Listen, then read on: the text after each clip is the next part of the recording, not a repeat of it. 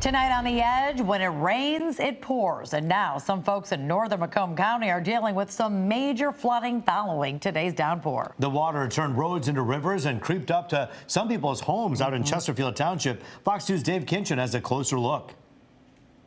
A subdivision submerged. I think we need kayaks instead of cars in here in Brycewood. Skyfox over the Brycewood neighborhood in Chesterfield Township with streets that turned into muddy lakes after storms barreled on through Wednesday. Our neighbor's house at the corner, their basement's flooded, down Lang where it's the worst. Jennifer says she's been through this before and not too long ago. Mother Nature adding insult to injury. For starters, this is the second time in 4 weeks. And driving through it all is a gamble. It's kind of enter at your own risk. You're either going to end up stuck or you'll get lucky and you'll make it through. Kim Brown seems to be one of the lucky ones. How was that just now? Not good. I was looking for my oars. When you do that, do you worry about car damage or anything like that? Yeah. Tell me about that. Real worried. That's my boyfriend's right up there, and I said, if the car stalls, you're going to have to come get me. Neighbors living behind an up-and-coming development say they got the brunt of the flooding. One of them sent us this picture of what the area looked like before the rain moved in, and video of the gushing mess it turned into after. We never had a problem though until they took down all those woods and flattened that all out, and now that's kind of where it came from, I think. Chesterfield Township officials have been out examining the scene. They are working with the Macomb County Department of Roads to mitigate roadway flooding, like much of what we saw on and around Gratiot.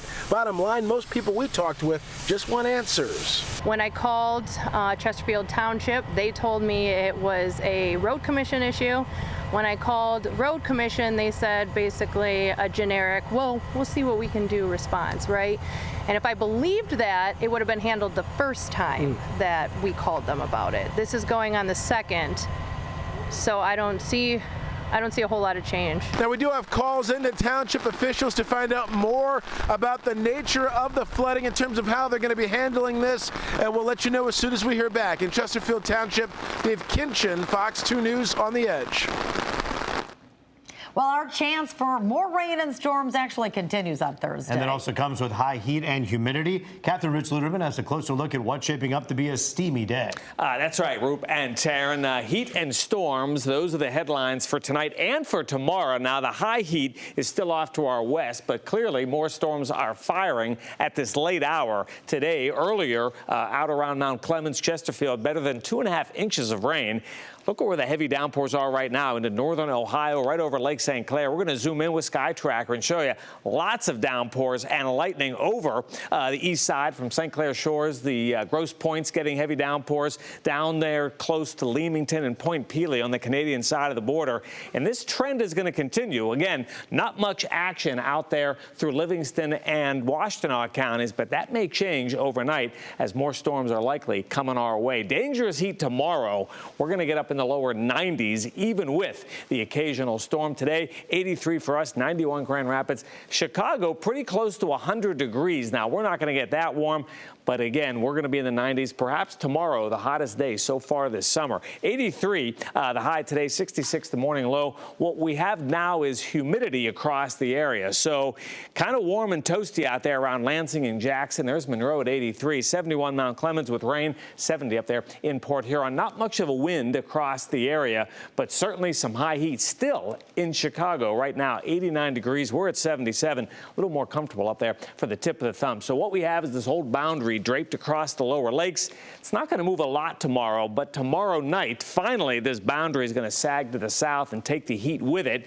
But we could see some storms in the morning and again late in the day on Thursday. Some of those are going to pack a punch as well. Once we get to Friday, this whole pattern changes and it's much more comfortable. You'll see it all in the 7-day forecast. Tomorrow, heat advisory, especially closer to the Ohio border, where at times in the afternoon with the heat and the humidity, some of those index values could be up close to 105. For the rest of tonight, showers and storms coming and going. The big threat will be heavy downpours. Keep your kids away from all the creeks and streams affected by the heavy runoff. 71 the low. Tomorrow, 92. There it is.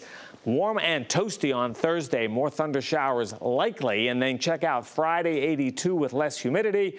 Much more pleasant for Saturday and Sunday with highs in the middle 70s both days. Remember, always get the latest forecast. Check it out, the Fox 2 weather app. You can download it for free anytime, including right now in the App Store or in Google Play. Root Taryn, back over to you. All right, Rich, thanks so much. The UAW is preparing for a potential strike in the weeks to come. A practice strike was held today at the Stellantis Mac assembly plant on Detroit's east side.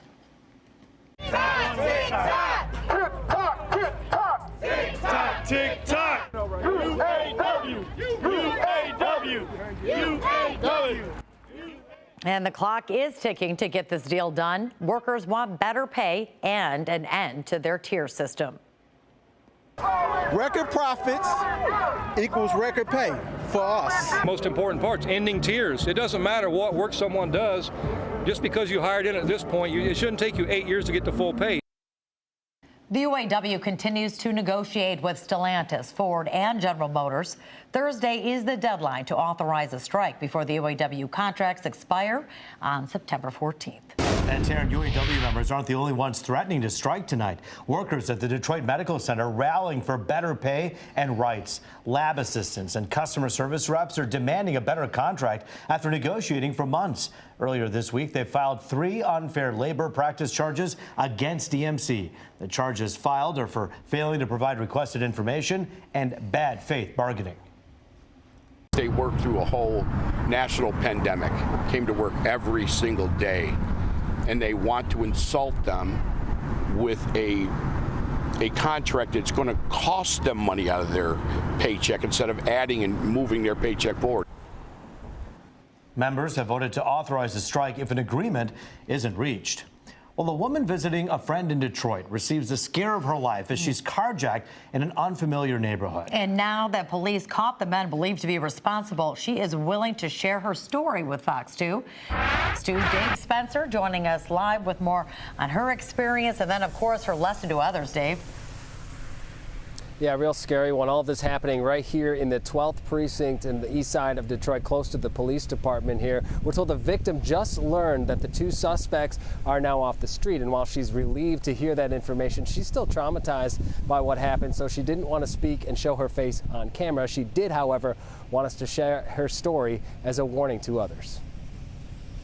Detroit police have 2 suspects in custody for a carjacking back on August 17th.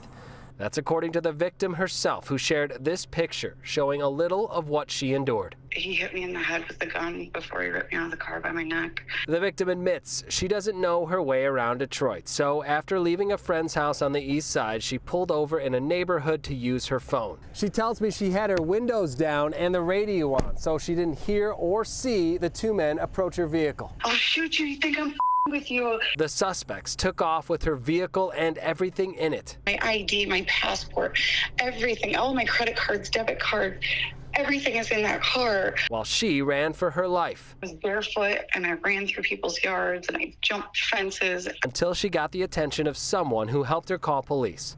4 days later, Skyfox is flying above her stolen SUV. Southfield police spotted the vehicle at Telegraph and 696 and gave chase on the lodge, where that Honda CR-V crashed into another car. No one was hurt. The suspects ditched the stolen car and tried to run. 2 men, a 30-year-old from Detroit and a 31-year-old from Taylor, were arrested and now will face charges for carjacking. And the victim tells me this whole experience has taught her to be much more aware of her surroundings. She hopes others will heed that message, especially women, so they don't become victim to a similar crime. Reporting live in Detroit tonight, Dave Spencer on The Edge. But boy, Dave, she did the right thing. She didn't worry about her belongings at the time. She left them behind and then she just ran to safety. Yeah, definitely. And now she has the headache of trying to get all those things together. She still doesn't have her ID, her credit cards, or anything like that. So she's still putting the pieces together. This obviously will be a crime that impacts her for a long time. No, absolutely. But at least she is alive, and that's what's important. Dave, thank you.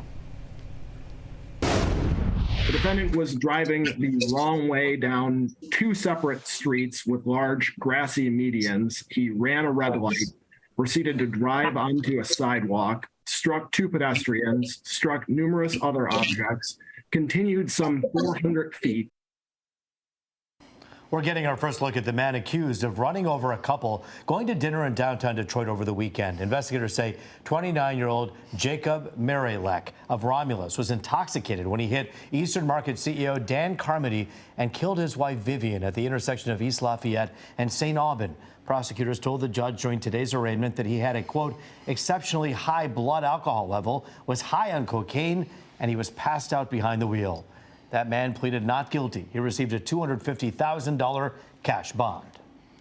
And we are learning a little more about that hit-and-run suspect that claimed the life of an autistic 14-year-old who had wandered from his home during the overnight hours last week.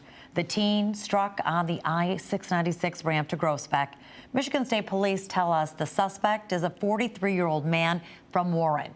His vehicle was uninsured and his driver's license was suspended. Charges are pending.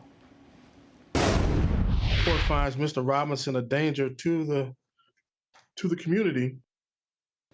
We are learning new disturbing details tonight in connection to the death of an 8-year-old boy in Detroit. Today, the stepfather of Shauntay's Moore was charged in his death. According to investigators, 26-year-old Armani Robinson illegally bought a handgun off the streets and kept it in his 7-year-old brother's backpack. Shauntay's got a hold of it and ended up shooting himself in the head, according to police. Investigators say Moore tried to hide his role in the death by hiding the gun in his car and moving the casing to his next-door neighbor's wooden garage wall. Robinson is charged with involuntary manslaughter, second-degree child abuse, and tampering with evidence. He was given a $250,000 bond with no cash surety.